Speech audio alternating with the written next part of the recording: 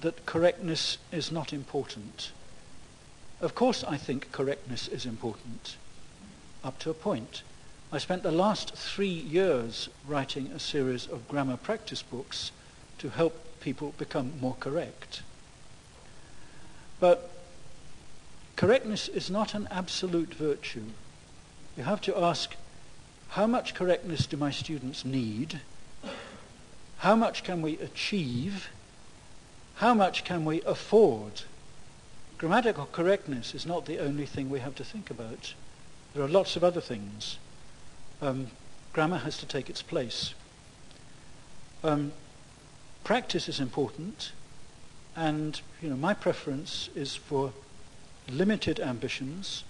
Pick out real high priority points of grammar, lots of practice on them, in class or out of class. Out of class is good, with the right kind of books, and get to the point where they're confident in the things that are most important.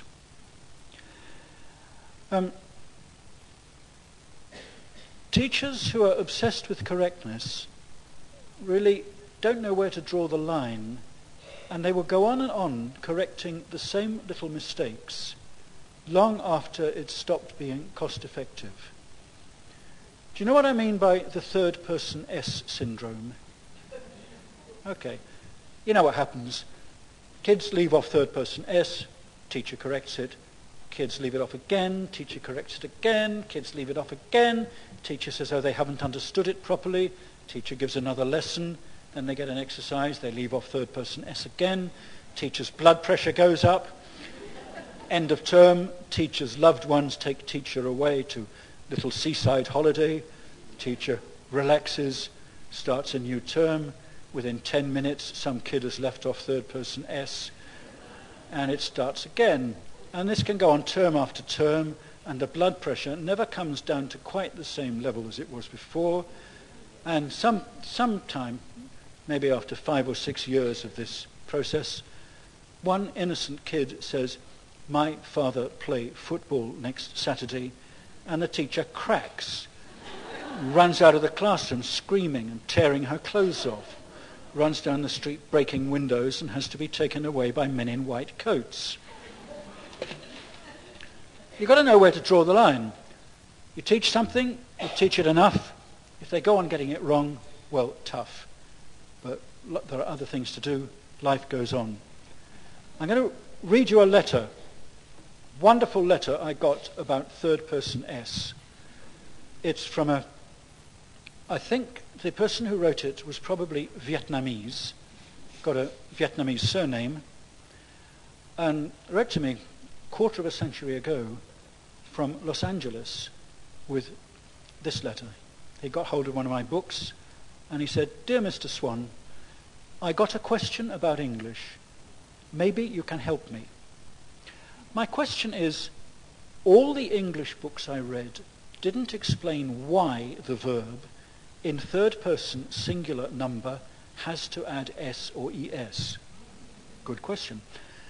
The books also didn't tell how it was originated and who originated it. My view regarding this question is that it is troublesome. It is tantamount to slip of tongue. It lengthen the word and pronunciation. What is your view if the S or ES is omitted? Is it acceptable? Do you consider it informal? My experiment was that it was much easier and convenient. It was much more efficient. I look forward to hearing from you. Well, quarter of a century back, I don't know what I wrote, but I know pretty well what I would have written. Thanks for your letter. You're absolutely right. Third person S doesn't matter very much. Unfortunately, there are people who do think it matters. Teachers, examiners, potential employers perhaps. So I can't really advise you without knowing more about your situation. But he's right. It's a linguistic fossil. It's left over from a stage of the language when we had a lot of those silly endings that we don't have anymore and some languages still do. And doesn't matter. If we dropped it, it would make no difference. Our cousin languages, Danish, Swedish, Norwegian, don't have a third person ending. I go, you go, he go. And they manage to communicate perfectly well.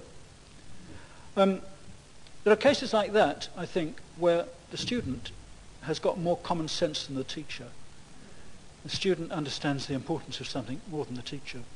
But, of course, we may be bound by examination syllabuses, other things,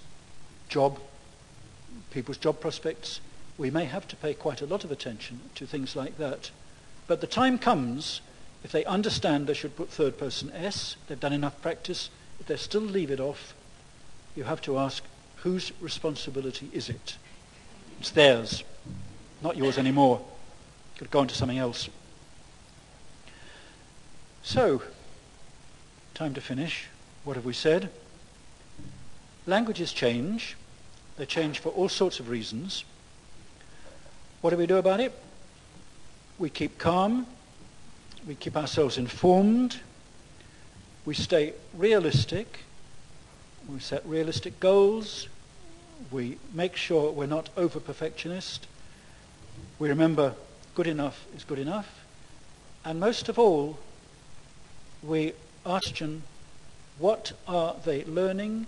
Look at what they're doing. Because what they're doing in the class is what they're learning. And if in the class they're spending 95% of the time with their heads down looking at bits of paper, that's what they're learning to do. And is that what we want them to learn to do? If not, we've got some thinking to do. You can't get out what you don't put in. Thank you very much for listening.